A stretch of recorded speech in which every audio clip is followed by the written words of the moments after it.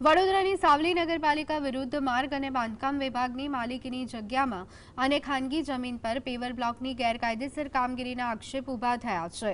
તો ઉદલપુરથી સાવલી પોલીસ ચોકડી સુધીના 22 મીટરના 389 કરોડ રૂપિયાના રોડ પ્રોજેક્ટની કામગીરી ચાલુ હોવા છતાં પાલિકાએ ટેન્ડર વિના કામ શરૂ કરાયું હોવાનો આરોપ છે.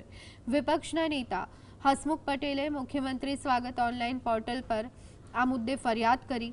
પ્રાથમિક તપાસમાં ગેરકાયદેસર કામગીરી સાબિત થતાં માર્ગ અને બાંધકામ વિભાગના અધિકારીઓએ માપણી કરી પાલિકાને પેવર બ્લોક દૂર કરવાની સૂચના આપી.